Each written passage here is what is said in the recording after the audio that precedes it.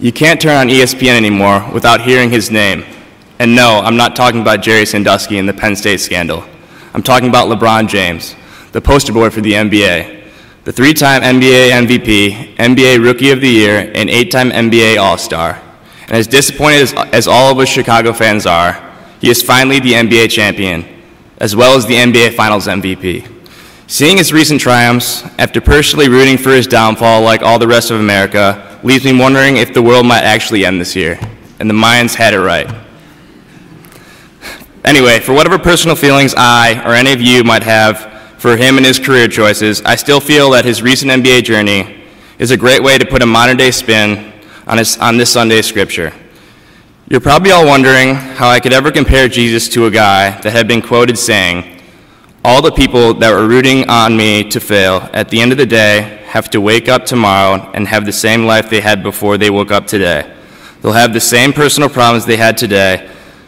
I'm going to continue to live the way I want to live and continue to do the things I want to do with me and my family and be happy with that." As conceited as that sounds, believe me when I say LeBron James has actually come a long way from the person who said that just last year. I'll give you a quick review for anyone who doesn't know who LeBron James is.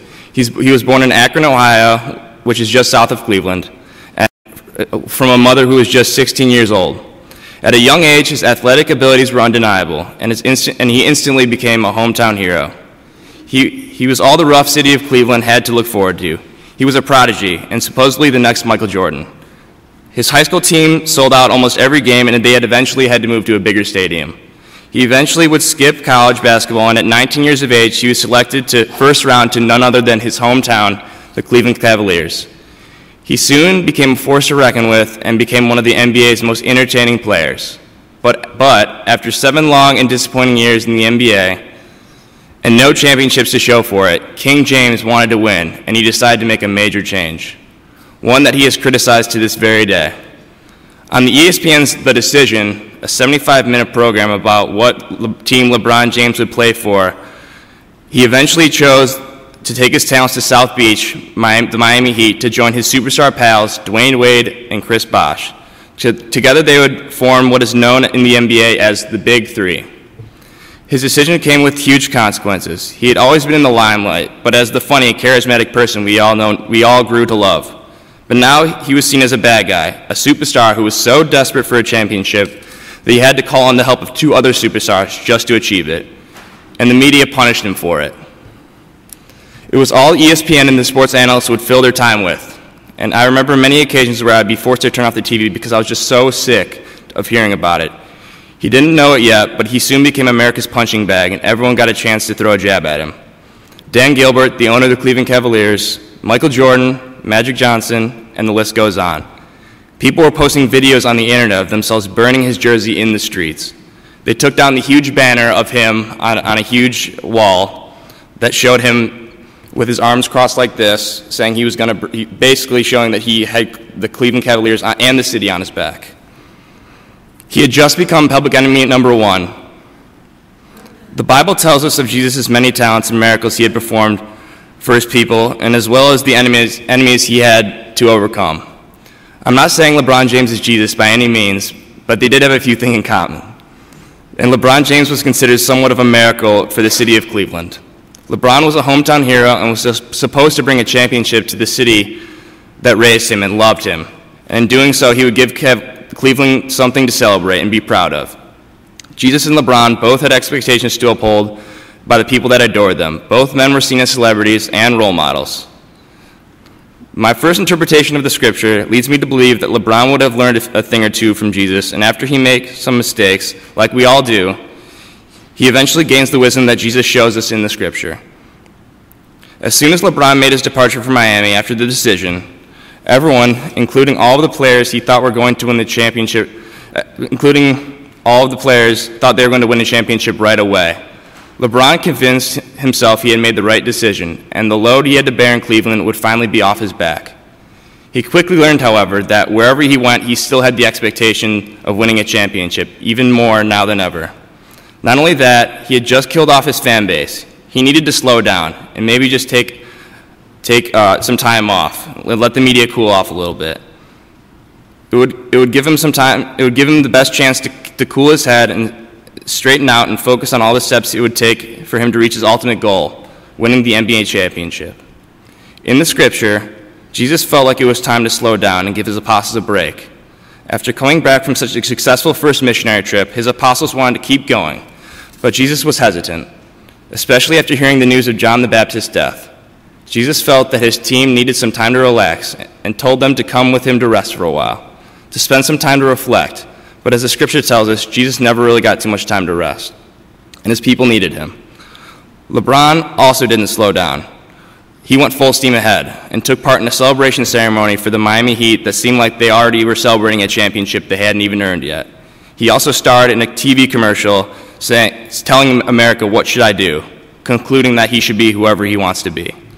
When asked about how many championships the Heat will win, he responded with, "Not one, not two, not three, not four, not five, not six, not seven." It became apparent that King James and his teammates had a lot of growing up to do. The amount of immaturity and embarrassing quote after embarrassing quote would continue throughout the season. He had made such a dramatic transformation in such a short amount of time, it almost felt like we weren't even watching the same person anymore, and he just became a shell of the person he once was. Miami eventually lost the NBA Finals that year, and the team was not as prepared as they thought they were. LeBron had played some of the worst basketball anyone had ever seen him play. For the team, the season had a huge emotional roller coaster ride, and you could see it in all their faces. They were all emotionally drained. LeBron and his team had put so much expectation upon themselves, and after all of their promises, anything less than a championship was seen as a failure. The media started questioning if he ever had it in him, if it was just too much pressure for him. After the loss, LeBron had a few more interesting quotes in the press conference, such as, "The greater man upstairs, know when it's my time. Right now isn't the time." After that, LeBron and his team disappeared off the spotlight for a while and found a safe haven with the NBA lockout, which got the majority of ESPN's focus for the summer. This gave LeBron and his team some time to rest and allowed them to reassess their goals, strategy, and what their identity truly was. Jesus also wanted this for his apostles, that he wanted them to take some time off and seek some clarity from all the hard work they had been doing. After that season, it became obvious LeBron was struggling to be the leader of his team. After giving the time to reflect on the season, LeBron James came back a new man. The team rallied around him. You could tell he showed more compassion for all the players on his team and began to come into his own. He became the player and the leader that they all expected of him. Just like Jesus, seeing the people as sheep without a shepherd, LeBron became the shepherd and the rest of his team the sheep. They all fed off of him, and you could see the confidence he showed on the court radiated into them. Some of his miracle shots that I saw him perform during the past season began to rub off on his teammates. They had a much better season. If you didn't already know, he eventually led his team to an easy victory in the NBA Finals. It wasn't even a contest. His team was far superior. He became a much more mature and humble person and showed more signs of being the lovable character we all used to love. He was much more careful about what he said in the media. He had learned to shut down the media and spend his time doing other things. And he was vastly more mature and he deflected all the insults that came his way. The much-needed break he got after his 2011 season gave him the time to slow down and reflect on his life choices, something that I try to do personally, and I feel makes a positive impact in my own life.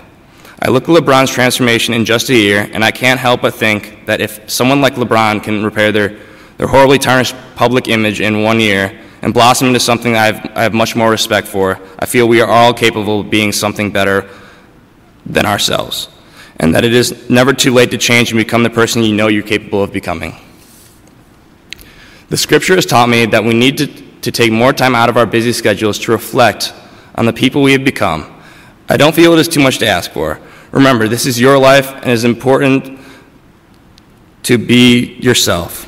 There needs to be a time and a place for everyone to call a timeout. Otherwise, you get caught up in your life and become someone you never wanted to become. I'm certainly guilty of that. With all the hatred I've showed towards LeBron James, for someone I barely know, how could I have shown so much hatred towards him? After taking the time to reflect on that as a Christian, I can now see the error of my ways. As disgusted as I was by some of the stunts he pulled, I feel I should still be able to forgive the man, especially after some of the positive changes he had made very recently. As a Christian, shouldn't we forgive LeBron and all the others that have had good intentions but after a few mistakes have steered down the wrong path? Or do we just want to keep them as our punching bag, hitting them with everything we've got until there's nothing left? It is important to at least take some time to reflect on the big things as well as the little things that define who we are. It will help us discover ourselves and discover some changes we all can make in our lives.